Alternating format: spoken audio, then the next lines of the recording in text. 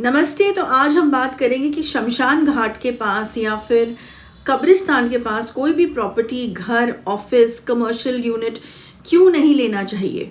Okay क्योंकि देखो ये जो चीज़ है ना, ये बहुत लोग पूछ रहे हैं, वास्तु के हिसाब से भी पूछ रहे हैं और बोल रहे हैं कि वास्तु के हिसाब से भी हमको लोगों ने बताया कि नहीं लेना चाहिए। तो ये तो हमें समझ में आ गया कि नेगेटिव एनर्जी का है, लेकिन और क्या इससे ज़्यादा बढ़कर चीज़ें हो सकती हैं कि क्यों हमें नहीं लेना है। अगर हम मिस्टीरियस वे में इसके बारे में बात करें या सुपरनैचुरल वे में इसके बारे में बात करें। ठीक है, तो देखो सबसे पहले तो ये समझने वाली ज़रूरत है कि हम वास्तु के बारे में आज बात नहीं कर रहे हैं। ऑफकोर्स वास्तु के हिसाब से भी वहाँ पे जो एनर्जीज वो दिखाई जाएंगी, जो डायरेक्शंस दिखाई जाएंगी, वो सूटेबल नहीं होंगी फॉर दैट मैटर।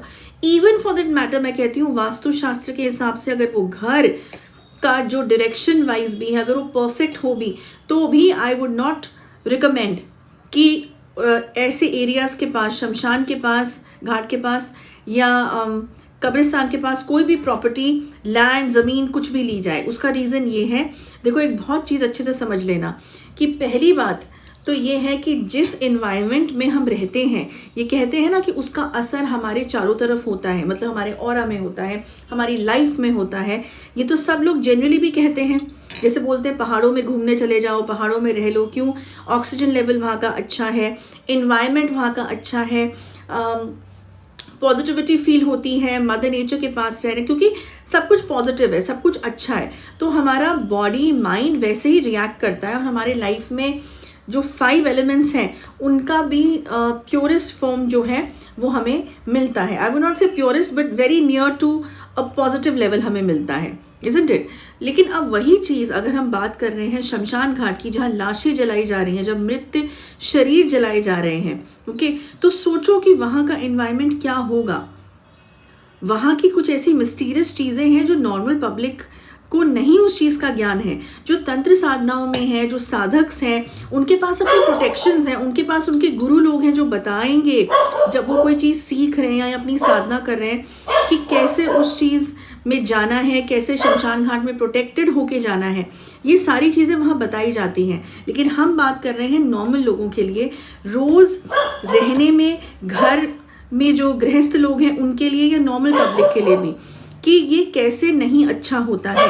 देखो जो राख है, वहाँ पे राख कलेक्ट होती है, राइट, उसके जो मॉलिक्यूल्स हैं वो डेफिनेटली तुम्हारे अगर घर पास में है, वो किसी भी तरीके से तुम्हारे आसपास आ सकता है, इन्वायरमेंट के थ्रू आ सकता है, हवा चलेगी साथ में आ सकता है। या अगर ऐसा ना भी होगा तो कुछ, जैसे तुम उस जगह से गुजर रहे हो, अगर घर के पास शमशान घाट है तो तुम्हारे पैरों से चल के कोई चीज़ें आ सकती हैं, मिट्टी आ सकती है, वहाँ की कुछ भी आ सकता है फॉर दैट मैटर। ओके, अब कुछ लोग बोलेंगे कि हमारा शरीर तो जो है राख ही बनना है, वो तो सबसे पॉजिटिव फॉर्म है, वो तो सब मिल गया, नष्ट हो गया, और जो ऐसी बातें करेंगे। देखो वो एक अलग कॉन्सेप्ट है, that is a different concept. उस जगह हम नहीं जा रहे हैं।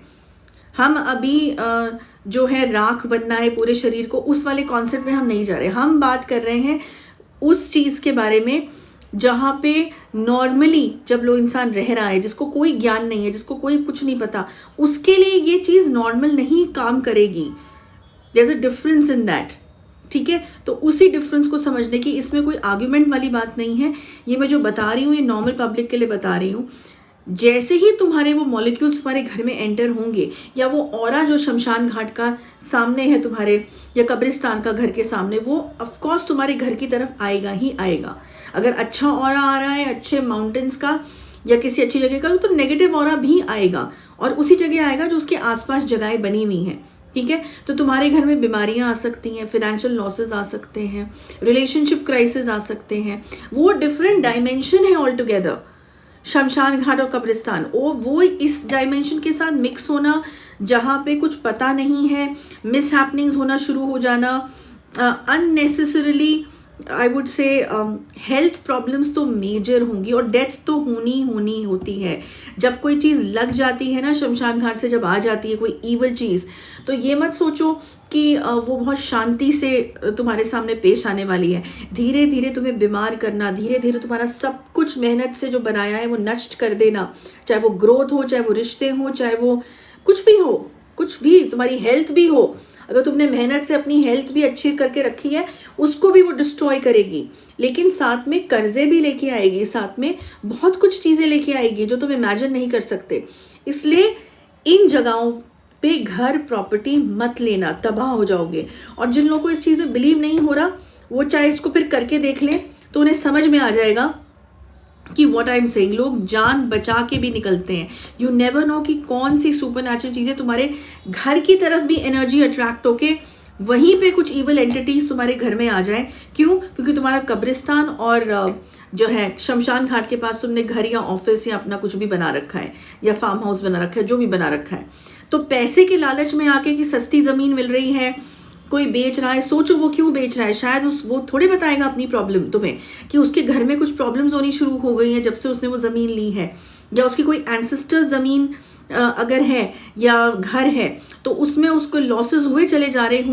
और अब उसको अब समझ में आया कि भाई मुझे इसको बेचना है, निकालना है, चाहे मिट्टी के भाव में इसको निकाल दूं, अपने जीवन से इस एनर्जी को मैं निकाल दूं, और जो इसको परचेज करेगा उसके पास वो चली जाएगी। फिर उसका अपना जीवन है, अपना डिसीजन है, जो भी है उसकी अपनी लाइफ है, वो सच तुम्हें थोड़ी बताएगा। तो इस लालच में आके कि मिट्टी के भाव ज़मीन मिल रही है या घर मिल रहा है, कभी ऐसे घर में मत लेना, तुम्हारा लालच तुम्हें डुबो देगा। शमशान घाट एंड कब्रिस्तान, इनके बहुत प्रिकॉशंस लेने होते हैं।